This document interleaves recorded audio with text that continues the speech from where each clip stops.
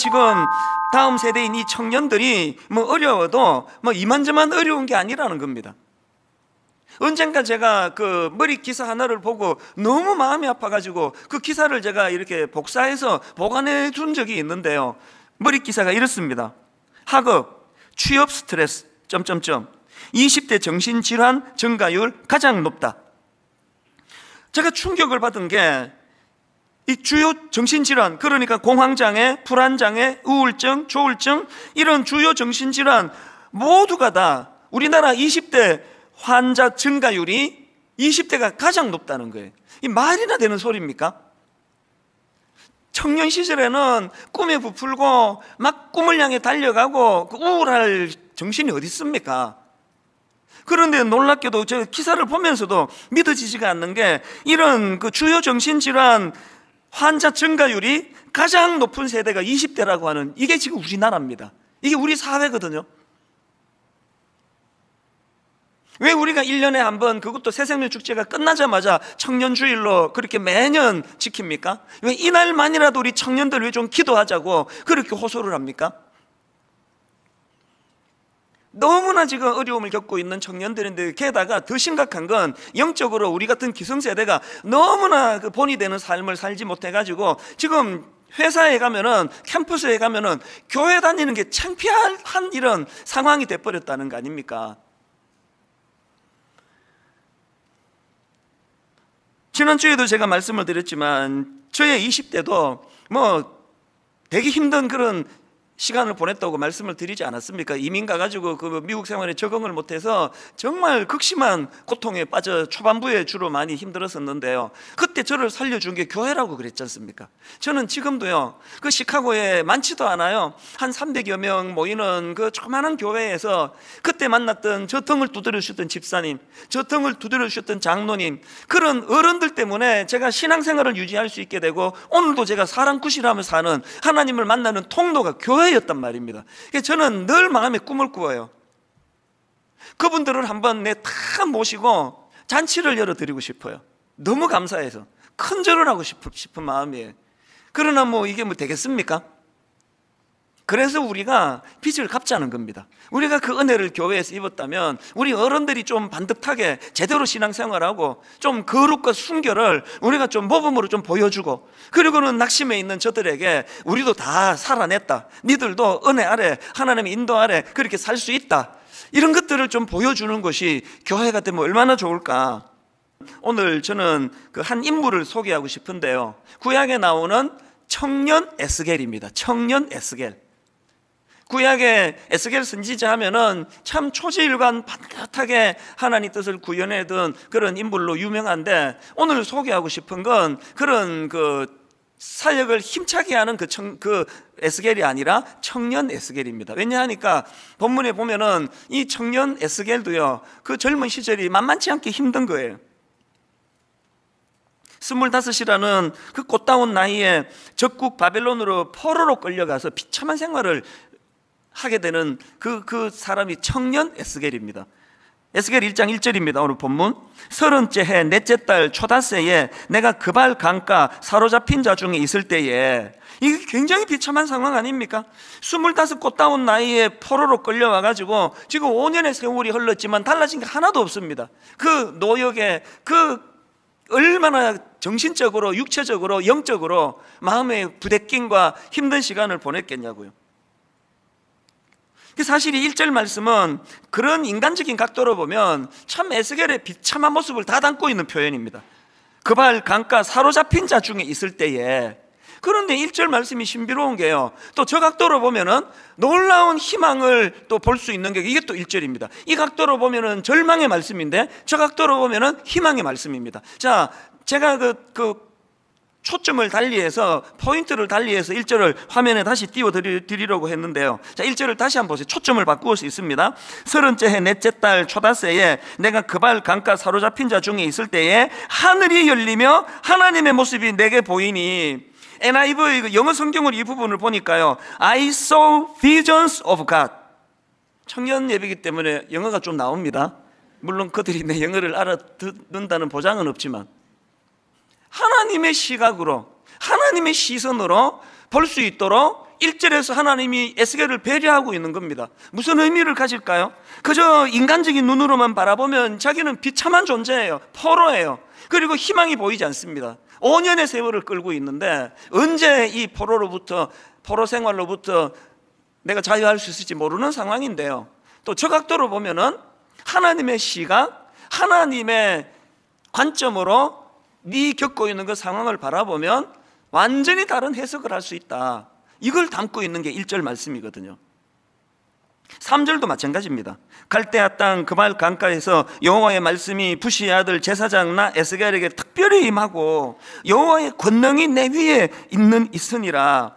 여러분, 이 하나님의 시각, 하나님의 관점으로 변화되고 성경을 읽으면요, 그동안 읽던 말씀하고 완전히 다른 말씀이 됩니다. 저 목사 아들 아닙니까? 어릴 때부터 성경 안 읽으면 밥도 먹지 마라, 성경 안 외우면 한 구절 안 외우면 용돈 없다, 그렇게 말씀 그렇게 자랐지만요, 제가 말씀에 눈을 제대로 뜨게 된 건 83년도에 시카고에서 인생의 밑바닥을 헤맬 때, 그야말로 그발 강가에 포로처럼 그렇게 비참하게 지내던 그 과정을 거치고 나서 성경이 제대로 읽히더라는 겁니다.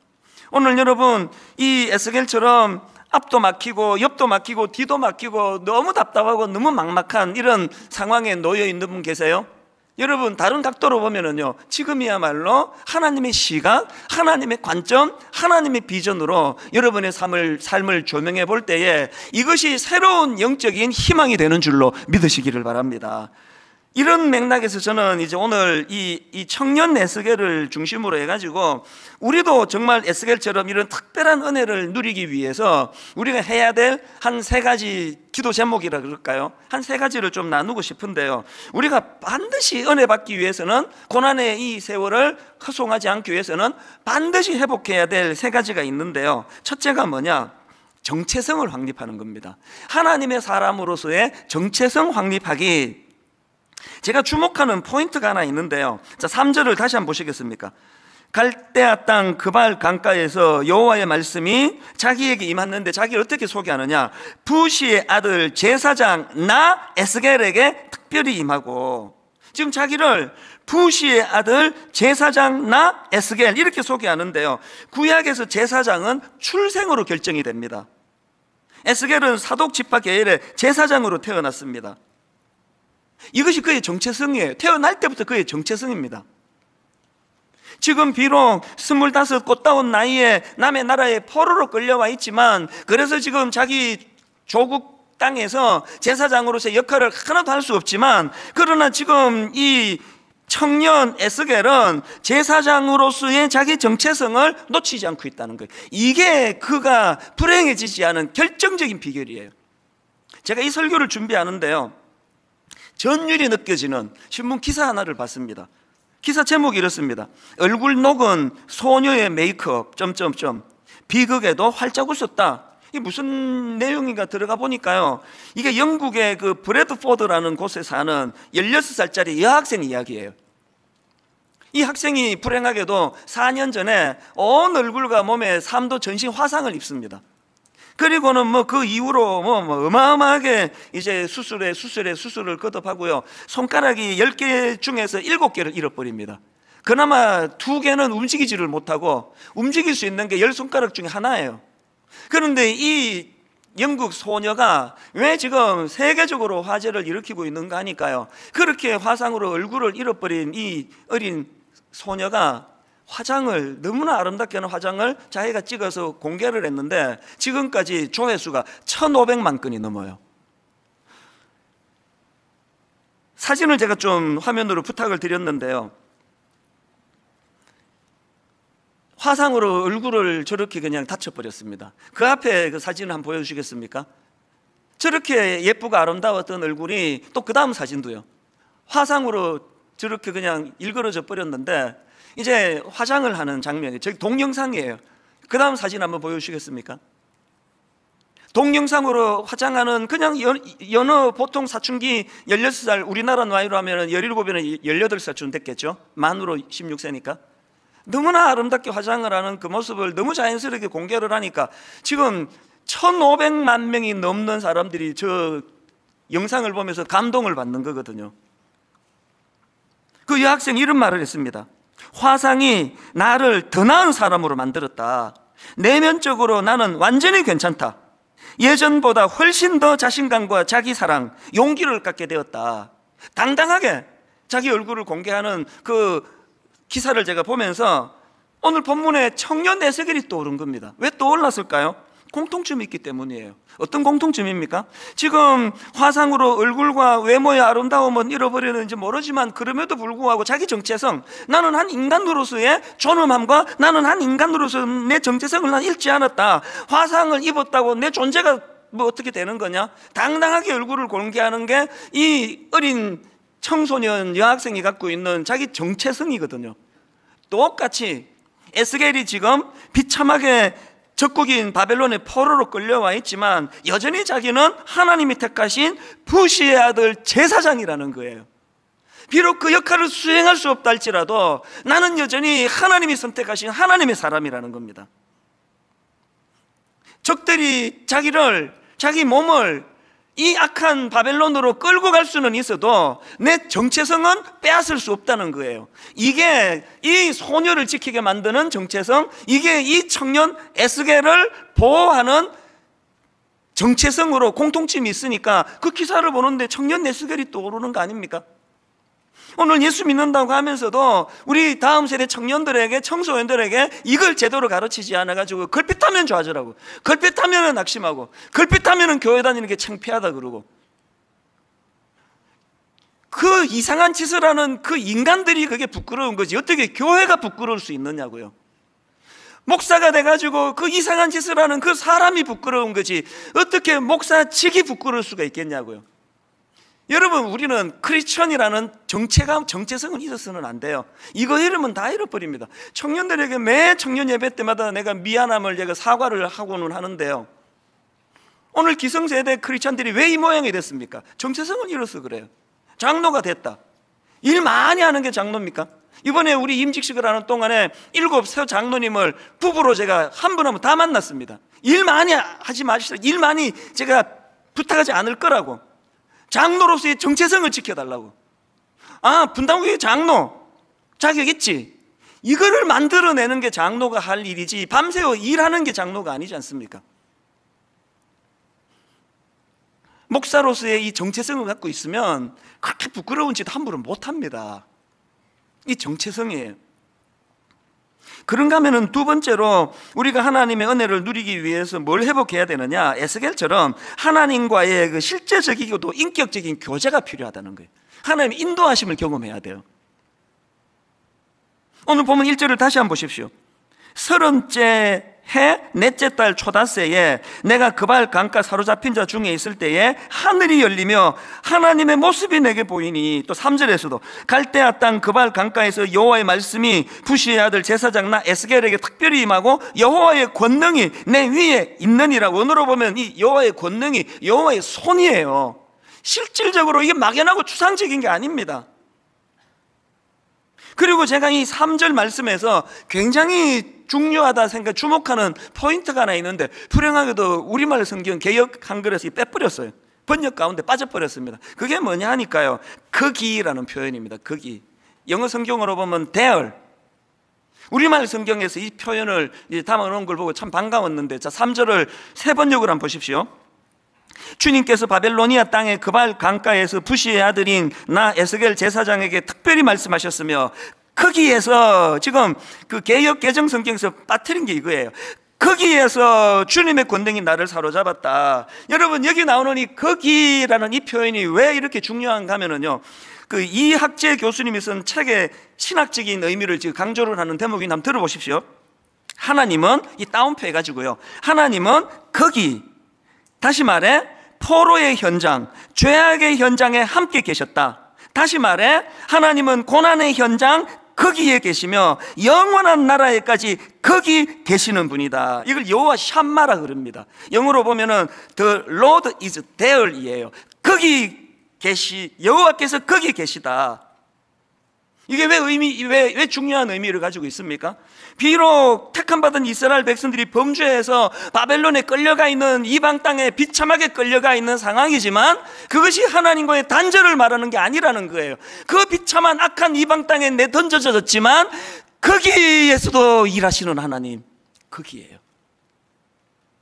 다윗, 야곱, 이 은혜를 경험한 사람이 야곱 아닙니까? 그 비참한 그 장께 부리다가 광야에 내던져진 그 야곱이 고백했던 거, 여호와께서 과연 여기 계시거늘 니는 그 사기 비슷하게 처먹다가 그 비참한 자리에 간 거 너와 함께 안 해. 이거 아니에요.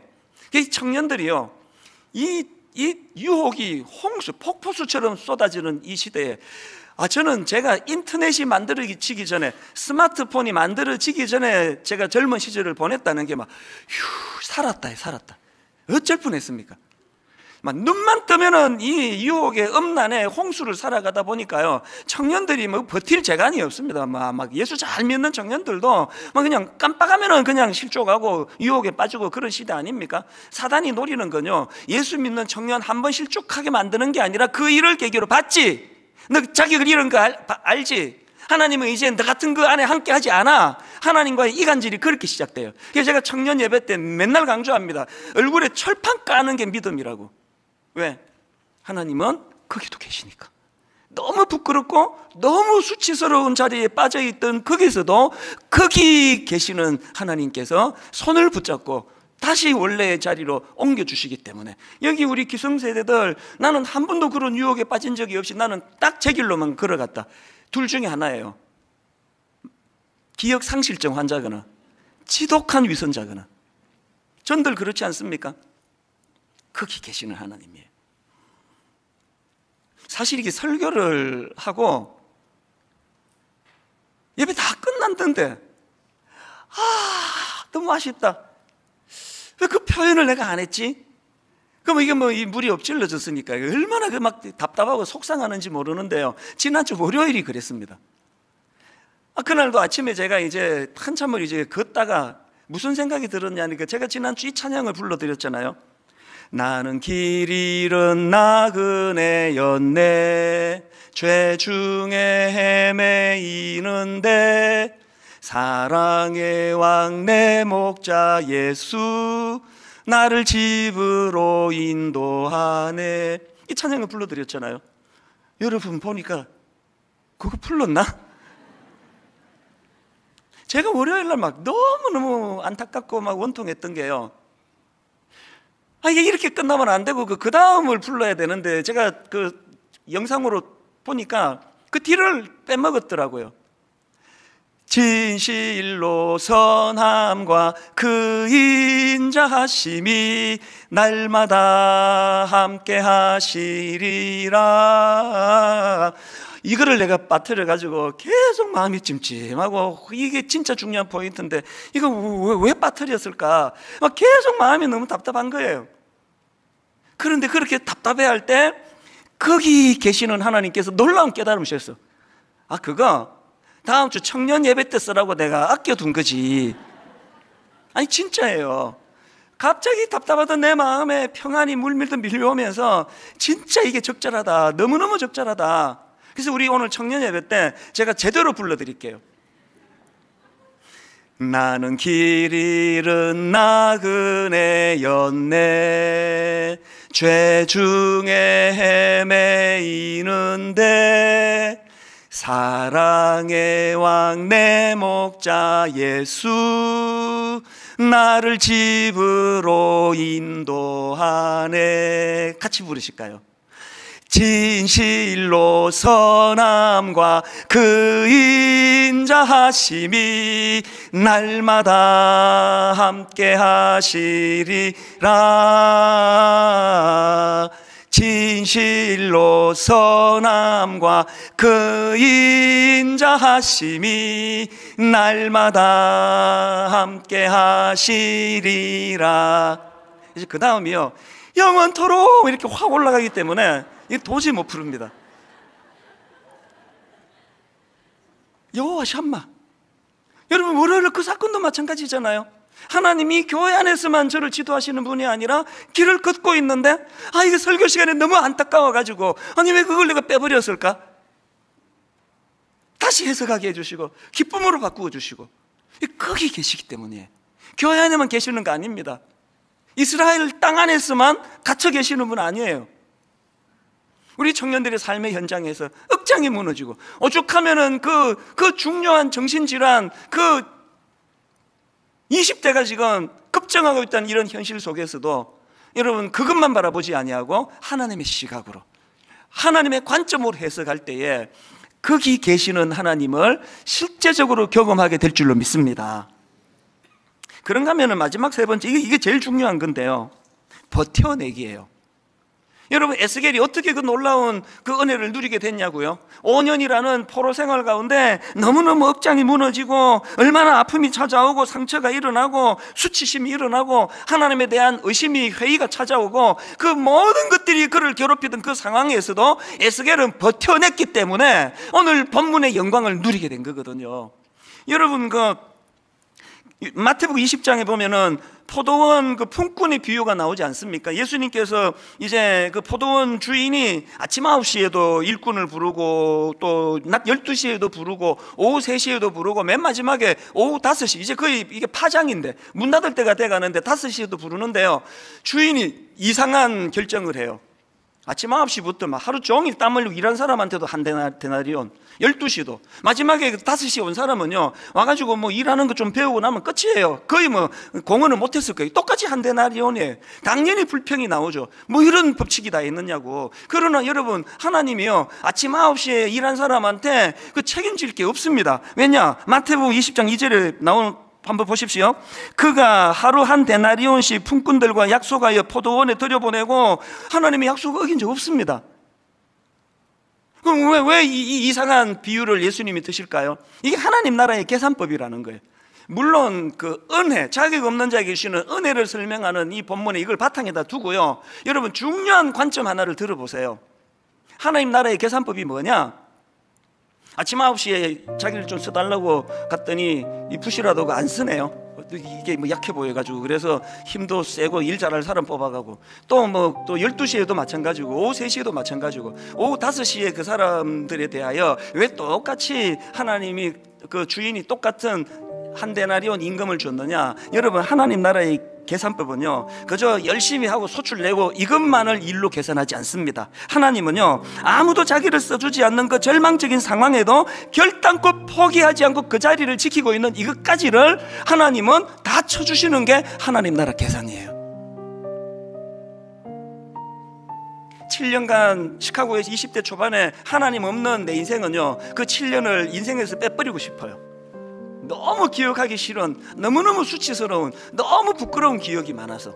그런데 하나님의 계산법을 가지고 제 인생을 조명할 때요 아무것도 한 거 없이 허둥지둥했던 것 같은 그 7년의 세월이 내게 가장 소중한 시간이에요. 아무것도 한 거 없는 것 같은 그 기간이지만 오늘 여러분 인생이 너무 무가치해 보이고 존재가 너무 초라하고 나는 쓰임받을 수 없는 인간인 것처럼 낙심해 있다 할지라도 여러분 지금까지 그 고난의 시간들을 버텨내고 계시다면 하나님은 그것을 가치 있게 보세요. 그 버텨내는 그 시간의 소중함을 인정하고 계십니다.